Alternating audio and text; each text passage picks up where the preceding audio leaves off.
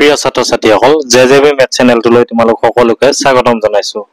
আজি আমি class 10ৰ advance মেথছৰ complex নম্বৰৰ অনুশীলনী 2.4ৰ ওপৰত আলোচনা কৰিম।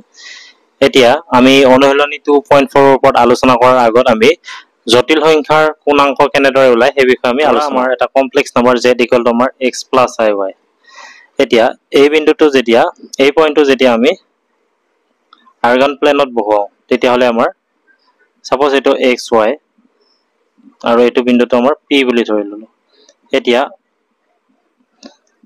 এই OP ৰশ্মিটোৱে যেতিয়া আমাৰ OX ৰ সৈতে যেটো কোণ কৰিব হেতু আমাৰ কোণাংক। এতিয়া কোণাংক উলিয়াৰ কাৰণে আমাৰ কেইটামান নিয়ম আছে। সাপোজ আমাৰ বিন্দুটো যেতিয়া যদি আমাৰ বিন্দুটো ইয়াত থাকে অৰ্থাৎ x অক্ষৰ ধনাত্মক দিশত বা বাস্তৱ অক্ষৰ ধনাত্মক দিশত থাকে তেতিয়া কোণাংকটো আমাৰ থিতাটো 0 হৈ যাব, কাৰণ ইয়াত আমাৰ কোনো এংগল গঠন নহয়। আকৌ যেতিয়া ইয়াত থাকিব অৰ্থাৎ বাস্তৱ অক্ষৰ ঋণাত্মক দিশত যদি থাকে তেতিয়াহ'লে আমাৰ থিতা হ'ব 180 ডিগ্ৰী, কোণাংক হ'ব আমাৰ 180 ডিগ্ৰী। আমাৰ কোণাংক থিতাৰ ভ্যালুটো আছে আমাৰ -180 degree less than theta less than or equal to 180 degree, মানে 180 টো আমি পাই বুলি লিখো, মানে -π less than theta less than or equal to pi. আকৌ যেতিয়া এডাল আমাৰ কাল্পনিক অক্ষৰ যদি আমাৰ ধনাত্মক দিশত থাকে অৰ্থাৎ পজিটিভ y এক্সিছত থাকিলে কোণাংক হ'ব আমাৰ থিতা ইকুৱেল টু আমাৰ π/2 হ'ব। আকৌ যেতিয়া ইয়াত যদি থাকে তেতিয়া আমাৰ কোণাংক হ'ব -π/2, কাৰণ আমি এনেকৈ আহিব নোৱাৰো, কাৰণ 180 তকৈ ডাঙৰ হ'ব, আমি এনেদৰে আহিব লাগিব। অৰ্থাৎ যেতিয়া আমি ত্ৰিকোণমিতি যেতিয়া পঢ়িম তেতিয়া কিছু কথা আমি শিকিব পাৰিম। যেতিয়া এডাল ৰশ্মিয়ে ঘড়ীৰ কাঁটাৰ বিপৰীত দিশত কোণ কৰে তেতিয়া হ'ব হেতু প্লাস থিতা, মানে এংগলটো পজিটিভ হ'ব। আকৌ যেতিয়া আমাৰ ঘড়ীৰ কাঁটাৰ দিশত কোণ কৰে তেতিয়া এংগলটো নেগেটিভ হ'ব। গতিকে আমাৰ এফালে যদি আমি আহো এনেকৈ আহিব নোৱাৰো, কাৰণ এটো 180 তকৈ ডাঙৰ হ'ব। আকৌ এনেদৰে আহিলে আমাৰ এটো এংগলটো আমাৰ ইয়াত যেনেকৈ নেগেটিভ হৈছে এটো আমাৰ নেগেটিভ এংগল হ'ব -π/2। এতিয়া যদি আমাৰ কোৱাড্ৰেন্টত থাকে মানে চুক বিলাকত থাকে, ধৰা এক্সিছত নাথাকে অক্ষত নাই আমাৰ চুকত থাকে, প্ৰথম চুকত যদি থাকে তেতিয়া কি হ'ব? এটো আমাৰ প্ৰথম চুক, দ্বিতীয় চুক, তৃতীয় চুক, চতুৰ্থ চুক। যদি আমাৰ ইয়াত থাকে ধৰা বিন্দুটো তেতিয়া আমি প্ৰথমতে আমি উলিয়াব লাগিব আলফা। এতিয়া আলফা কেনেদৰে উলিয়াইছিল? আলফা ইকুৱেল টু আমাৰ tan আলফা ইকুৱেল টু আমি উলিয়াইছিলো tan alpha equal to modulus of y by modulus of x এনেদৰে উলিয়াইছিলো। এতিয়া ইয়াত যদি থাকে প্ৰথম চুকত যেতিয়া থাকিব তেতিয়া এই ক্ষেত্ৰত আমাৰ আলফা আৰু থিতা একে হ'ব, মানে ইয়াৰ কোণাংক হ'ব থিতা ইকুৱেল টু আলফা। আকৌ যেতিয়া আমাৰ সেকেন্ড কোৱাড্ৰেন্টত থাকে, ধৰা ইয়াত আছে তেতিয়া আমি কেনেদৰে উলিয়াম? আমি ইয়াৰ পৰা ধৰা ইয়াত আছে, আমাৰ ইয়াৰ পৰা ইয়ালৈকে থিতা হ'ব, কোণাংকটো ইয়াৰ পৰা ইয়ালৈকে হ'ব, আমি ইয়াৰ পৰা ইয়ালৈকে আহিব লাগিব, মানে থিতা ইকুৱেল টু আমাৰ সেকেন্ড কোৱাড্ৰেন্টত থাকিলে ইয়াৰ পৰা ইয়ালৈকে আহিলো 180 ডিগ্ৰী। আকৌ আমি ঘড়ীৰ কাঁটাৰ দিশত গুচি যাম, ঘড়ীৰ কাঁটাৰ দিশত গুচি গ'লে আমাৰ মাইনাছ হ'ব, এইখিনি আমাৰ আলফা মাইনাছ আলফা, অৰ্থাৎ 180 মানে আমাৰ π মাইনাছ আলফা। আকৌ ধৰা তৃতীয় চুকত আছে, আমাৰ থাৰ্ড কোৱাড্ৰেন্টত আছে, ধৰা এনেকুৱাত আছে, তেতিয়া আমি ইয়াৰ পৰা এনেকৈ গুচি আহিব নোৱাৰো, কাৰণ 180 তকৈ ডাঙৰ হ'ব, আমি এনেকৈ গুচি আহিম। থাৰ্ড কোৱাড্ৰেন্টত থাকিলে থিতা ইকুৱেল টু আমাৰ এনেদৰে আহিম, আমি -π আহিব লাগিব, মানে -180, কাৰণ মাইনাছ কিয় হৈছে? আমি ঘড়ীৰ কাঁটাৰ দিশত আহিছো, আকৌ ঘড়ীৰ কাঁটাৰ বিপৰীত দিশত ঘূৰি যাম, এইটো আছিল আমাৰ আলফা, তেতিয়াহ'লে ঘড়ীৰ কাঁটাৰ বিপৰীতে আহিলে আমাৰ প্লাছ আলফা, অৰ্থাৎ থাৰ্ড কোৱাড্ৰেন্টত থাকিলে -π প্লাছ আলফা। আকৌ যেতিয়া ফৰ্থ কোৱাড্ৰেন্টত থাকে এইটো আমাৰ আলফা আৰু থিতা একে হ'ব, কাৰণ আৰু এইটো আহিছে আমাৰ ঘড়ীৰ কাঁটাৰ দিশত, গতিকে ফৰ্থ কোৱাড্ৰেন্টত থাকিলে থিতা ইকুৱেল টু আমাৰ মাইনাছ আলফা হৈ যাব। এতিয়া এইখিনি আমাৰ কোণাংক ওলোৱাৰ আমাৰ নিয়ম আছিল। প্ৰথম চুকত থাকিলে থিতা ইকুৱেল টু আলফা, দ্বিতীয় চুকত থাকিলে আমি π মাইনাছ আলফা পালো, আৰু তৃতীয় চুকত থাকিলে -π প্লাছ আলফা। কেনেদৰে হৈছে এইটো তোমালোকক বুজাই দিলো। আৰু থিতা ইকুৱেল টু মাইনাছ আলফা কেতিয়া হ'ব? যেতিয়া ফৰ্থ কোৱাড্ৰেন্টত থাকে। এক নম্বৰটো আছে আমাৰ তলৰ প্ৰতিটো জটিল সংখ্যাৰে কোণাংক নিৰ্ণয় কৰা। এটো আছে -1 প্লাছ i,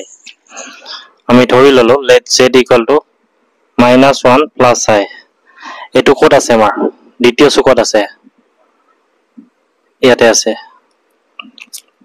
গতিকে আমি প্ৰথমতে tan আলফাটো উলিয়াই লওঁ। tan alpha equal to modulus of y by modulus of x এটো x এটো y মডুলাস অফ y মানে আমাৰ 1 হ'ব আৰু মডুলাস অফ x মানে -1 এতিয়া মডুলাস অফ 1 মানে 1 আকৌ মডুলাস অফ -1 মানে 1 তাৰমানে 1 বাই 1 মানে 1 তো tan alpha = 1 এতিয়া তোমালোকে কোণাংক উলিয়াৰ কাৰণে ত্ৰিকোণমিতি অলপ কনসেপ্ট লাগে আমাৰ ত্ৰিকোণমিতি তোমাৰ মান বিলাক মনত ৰাখিব লাগিব যে তোমালোকে যেতিয়া ত্ৰিকোণমিতি পঢ়িবা তেতিয়া sin 30 sin 45 sin 60 এনেদৰে মান বিলাক পাবা আৰু ইয়াত tan আছে tan কিমানত 1 হয় tan 45 ত 1 হয় আকৌ 45 ডিগ্ৰীটোক আমি π/4 বুলি লিখিব পাৰো tan π/4 তাৰমানে 180 4 এ ডিভাইড কৰিলে 45 পাবা আমি 45 বুলি লিখা নাই আমি π/4 বুলি লিখিছো tan alpha = tan π/4 অৰ্থাৎ alpha = আমাৰ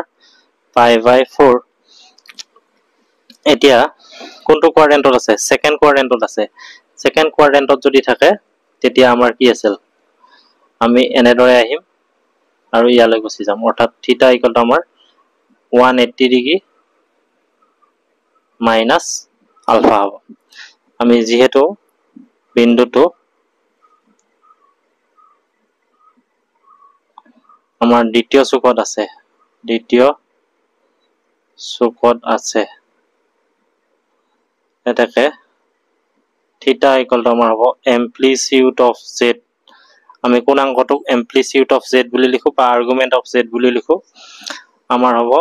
পাই মাইনাস আলফা এটা পাই মাইনাস আলফাৰ ভ্যালু পালো আমি π/4 এটো হ'ব আমাৰ 4 into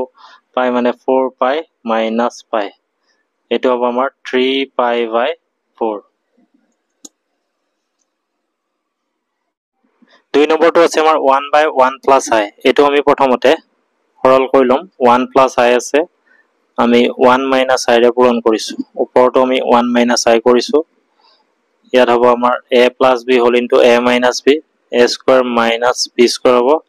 আৰু ওপৰত আছে আমাৰ 1 - i এতিয়া 1² মানে 1 হ'ব i² মানে -1 গতিকে -7 আছে +1 হ'ব আৰু ইয়াত হ'ব 1 - i ইয়াতে তোমাৰ 1 - i হ'ব আৰু 1 + 1 মানে 2 আমি কি লিখিব পাৰো 1/2 - 1/2i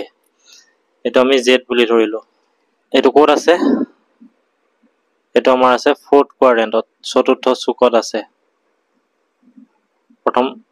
এটো পজিটিভ এটো নেগেটিভ হলে চতুৰ্থ চুকত আছে এতিয়া আমি প্ৰথমতে tan alpha টো উলিয়াম tan alpha = আমাৰ আছিল modulus of y by modulus of x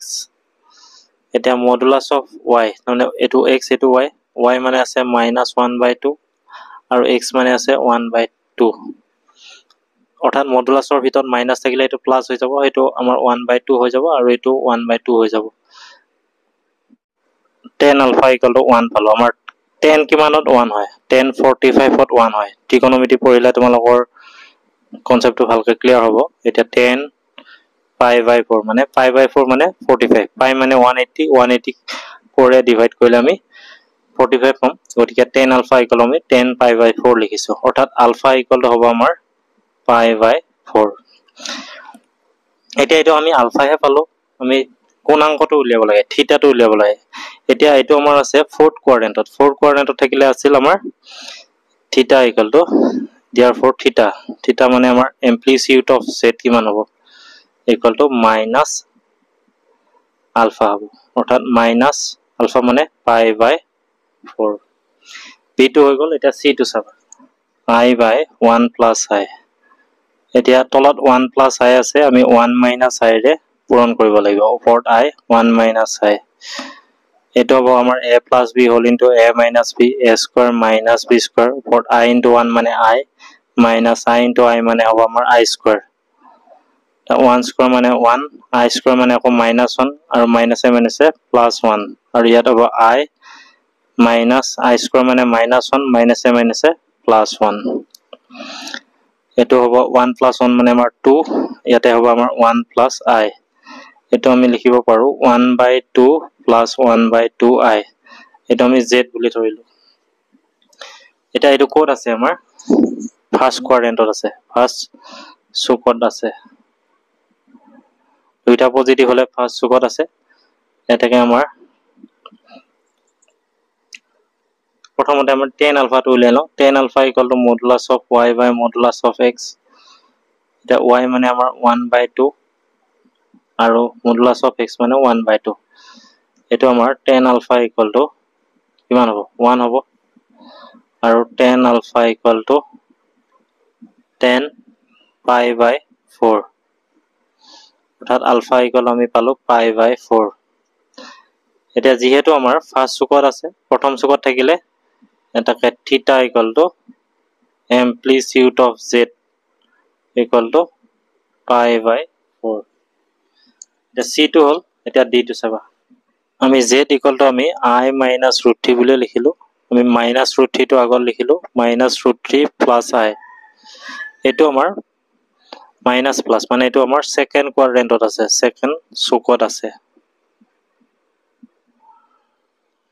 এতিয়া আমি প্ৰথমতে tan alpha টো উলিয়াই লম tan alpha equal to modulus of y by modulus of x modulus of y মানে আমাৰ এটো 1 আৰু modulus of x মানে minus root 3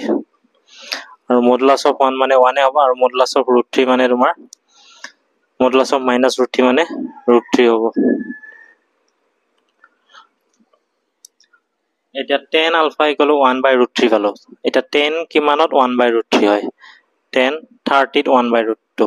1 by root 3 30 বুলি কলে আকৌ আমি pi by 6 লিখিব পাৰো pi মানে আমাৰ 180 হ'ব মানে pi মানে আমাৰ 180 এতিয়া 180 ক আমি যদি 6 ৰে হৰণ কৰো তেতিয়া হলে আমাৰ কিমান হ'ব 30 হৈ যাব 6 3 গুণ 18 হ'ব এই কাৰণে আমি 30 বুলি লিখা নাই pi by 6 বুলি লিখিছো এটাকে আমাৰ alpha equal to কিমান হ'ব pi by 6 এতিয়া এটো আছে আমাৰ সেকেন্ড কোয়াড্ৰেন্টত থাকিলে কি আছিল আমাৰ সেকেন্ড কোয়াড্ৰেন্টত যদি থাকে এনেকুৱা জায়গাত আছে এনেকুৱা ঠাইত আছে তেতিয়া এটো আমাৰ ইয়াৰ পৰা আমি ইয়ালৈকে আহিছিলো ইয়ালৈকে আহিলে আমাৰ 180 হ'ব থিটা ইকুৱেল টু আমাৰ 180 ইয়াৰ পৰা ইয়ালৈকে আহিম 180 মানে পাই আকৌ আমি ক্লকৱাইজ ঘড়ী কাটাৰ দিশত গুচি যাম এখিনি আমাৰ আলফা আছিল গতিকে এটো হ'ব আমাৰ মাইনাস আলফা তাৰমানে পাই মাইনাস আলফা মানে আকৌ পাই বাই 6 আছিল এতিয়া 6 into pi মানে 6 pi minus pi 6 pi minus pi অৰ্থাৎ আমাৰ 5 pi by 6 এটাকে আমি থিটা equal to amplitude of z equal to আমি পালো 5 pi by 6 d2 hall e2 চাবা e2 আছে আমাৰ 1 plus I by 1 minus I এটো আমি 1 plus I by 1 minus I এটো প্ৰথমতে আমি তলত 1 minus I আছে ওপৰত আছে আমাৰ 1 plus I আমি 1 plus I ৰে তলটো পূৰণ কৰিম ওপৰটো আমি 1 plus I পূৰণ কৰিম অৰ্থাৎ আমাৰ 1 plus I দুটা হৈ যাব আৰু এটো হ'ব আমাৰ a minus b whole into a plus b a square minus b square হৈ যাব আৰু এটো a plus b whole square a square plus twice a b plus আমি b square লিখিব পাৰো এতিয়া হ'ব আমাৰ 1 square মানে 1 minus I square মানে minus 1 গতিকে minus a minus a plus 1 আকৌ 1 square মানে 1 plus 2 into 1 into I মানে 2y I square মানে minus 1 plus 1 minus 1 কাটা গল ওপৰত থাকিল আমাৰ 2y 1 plus 1 মানে 2 2 আমাৰ কেনসেল হল থাকিল আমাৰ I অৰ্থাৎ আমি 0 plus I বুলি লিখিব পাৰো z equal to আমাৰ 0 plus I এতিয়া এটো কোড আছে আমাৰ কোড আছে ইয়াত আছে পজিটিভ y এক্সিসত আছে গতিকে আমাৰ যেহেতু বিন্দুটো কোড আছে আমাৰ এটো আমাৰ কাল্পনিক অক্ষৰ ধনাত্মক দিশত আছে যেহেতু বিন্দুটো কাল্পনিক অক্ষৰ ধনাত্মক দিশত আছে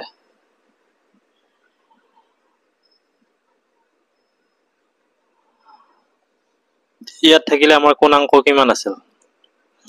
pi by 2 90 ডিগ্ৰী আছিল এটাকে কোণাংক theta equal to amplitude of z equal to আমাৰ pi by 2 e2 hall f2 চাবা f2 আছে আমাৰ -2 plus 2i চাই whole into 1 minus I আমি -2 plus 2i চাই 1 minus I আছে এটোৰ লগত এটো পৰণ -2 into 1 -2 এটোৰ লগত এটো পৰণ -7 আছে আমাৰ plus 2i হৈ যাব আৰু plus 2i into 1 মানে 2i plus a minus a minus 2i into I মানে 2i square to minus 2 2i plus 2i মানে plus 4i হৈ যাব I square মানে minus 1 minus 7 is a plus 2 এটা minus 2 plus 2 cancel হল আমাৰ থাকিল 4i অৰ্থাৎ 0 plus আমি 4i লিখিব পাৰো z equal to এটা এটো আছে আমাৰ এটো আমাৰ এনেদৰে আছে 0,4 ওপৰত আছে x dash ox আৰু এটো আমাৰ y o y dash এটো আমাৰ আছে পজিটিভ y axisত আছে গতিকে ইয়াৰ কোণাংক আমাৰ pi by 2 হ'ব আমি হেতু কথা লিখি দিম যেহেতু বিন্দুটো কাল্পনিক অক্ষৰ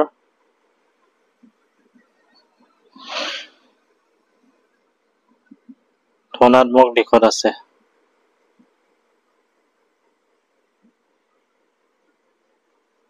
therefore theta equal to আমাৰ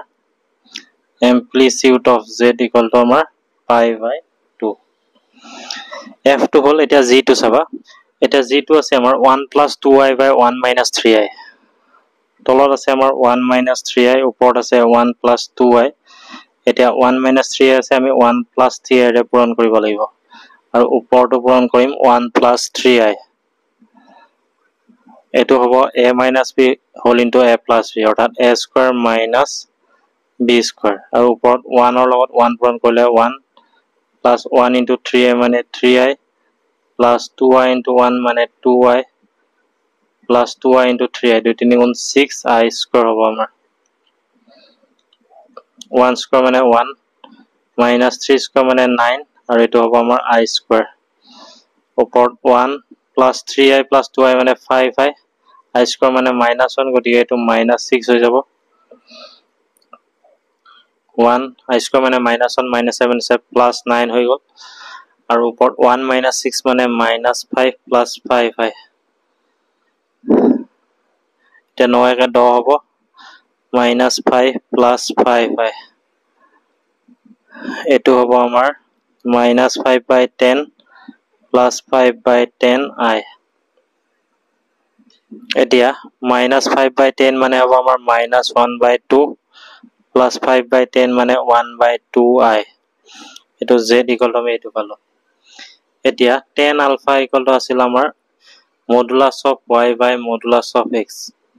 এতিয়া modulus of y value to আমি পালো 1 by 2 আৰু x ৰ value to পাইছো আমি আৰু x ৰ value to পাইছো minus 1 by 2 এতিয়া এটো হ'ব আমাৰ 1 by 2 আৰু modulus of minus 1 by 2 মানেও হ'ব আমাৰ 1 by 2 অৰ্থাৎ এখিনি আমাৰ হ'ব 1 by 2 by 1 by 2 মানে 1 আমি tan alpha equal to পালো tan pi by 4 ত 1 হয় অৰ্থাৎ alpha equal to আমি পালো pi by 4 এতিয়া z equal to আমাৰ এটো আছিল এটো কোড আছে আমাৰ সেকেন্ড চকত আছে দ্বিতীয় কোয়াড্ৰেন্টত আছে এটাকে আমাৰ theta equal to amplitude of z দ্বিতীয় কোয়াড্ৰেন্টত থাকিলে আমাৰ ইয়াতে ধৰা আছে বুলি যদি ধৰিলো আমাৰ ইয়াৰ পৰা ইয়ালৈকে আহিব লাগিব 180 আহিব লাগিব আৰু ইফালে ক্লকৱাইজ কৰি কাটাৰ দিশত গুচি যাম অৰ্থাৎ মাইনাস এটো ULFA pi minus pi by 4 এটো হ'ব 4 into pi মানে 4 pi minus pi 3 pi by 4 g2 হৈ গল এতিয়া আমি চাম h2 এত তলত আছে আমাৰ 3 minus i ওপৰত আছে 2 plus i ইয়াত আমাৰ 3 minus i আছে 3 plus i ৰে পূৰণ কৰিম ইয়াতো আমি 3 plus i পূৰণ কৰিম আৰু গোটেইখিনি ওপৰত আছে আমাৰ স্কয়াৰ এটো a minus b whole into a plus b মানে a square minus b square ওপৰত 2 3 গুণ 6 হ'ব আমাৰ plus 2 into i মানে 2i plus i into 3 মানে 3i plus i into i মানে i square আৰু গোটেইখিনি ওপৰত আছে আমাৰ স্কয়াৰ 3 স্কয়াৰ মানে আমাৰ 9 minus i square মানে -1 গতিকে -7 সে +1 হ'ব আৰু এটো 6 plus 2i plus 3i দুই দিনে 5i i square মানে -1 আৰু গোটেইখিনি ওপৰত আছে স্কয়াৰ এতিয়া 9 একা 10 হ'ব 6 - 1 মানে 5 plus 5i whole square এতিয়া হ'ব আমাৰ 5/10 5/10 plus 5/10 I whole square 5/10 মানে হ'ব আমাৰ 1/2 আৰু এইটো 5/10 মানে হ'ব 1/2I whole square এতিয়া a plus b whole square ফৰ্মুলাত ভাঙি দিয়া a square plus 2 into a into b plus b square এইটো হ'ব আমাৰ 1/4 2 কাটা গ'ল plus 1/2 এইটো হ'ব I আৰু I square মানে -1 গতিকে -1/2 1/2 square মানে আমাৰ 4 হৈ যাব 1/4 ইফালে এইটো I square মানে আকৌ মাইনাস আহি গ'ল অৰ্থাৎ 1/4 -1/4 কটা গ'ল আমাৰ থাকিল 1/2 আমাৰ থাকি গ'ল 1/2I আমি z বুলি ধৰি ললো অৰ্থাৎ আমাৰ এইটো 0 plus 1/2I ইয়াত আমাৰ কোনটো চুকত আছে এইটো আমাৰ চুকত নাই এইটো ক'ত আছে 0 আৰু ওপৰত 1/2I এনেকুৱা 0, 1/2 এনেকুৱাত আছে x this x y y this positive y এক্সিছত আছে গতিকে আমাৰ কোণাংক কিমান হ'ব π/2 হ'ব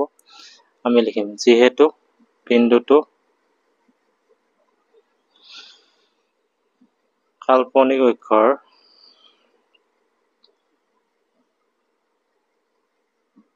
ধনাত্মক দিশত আছে গতিকে theta equal to amplitude of z equal to π/2 এতিয়া 1 নম্বৰ অংককেইটা হৈ গ'ল আমি নেক্সট ক্লাছত 2 নম্বৰ অংককেইটাৰ পৰা আলোচনা কৰিম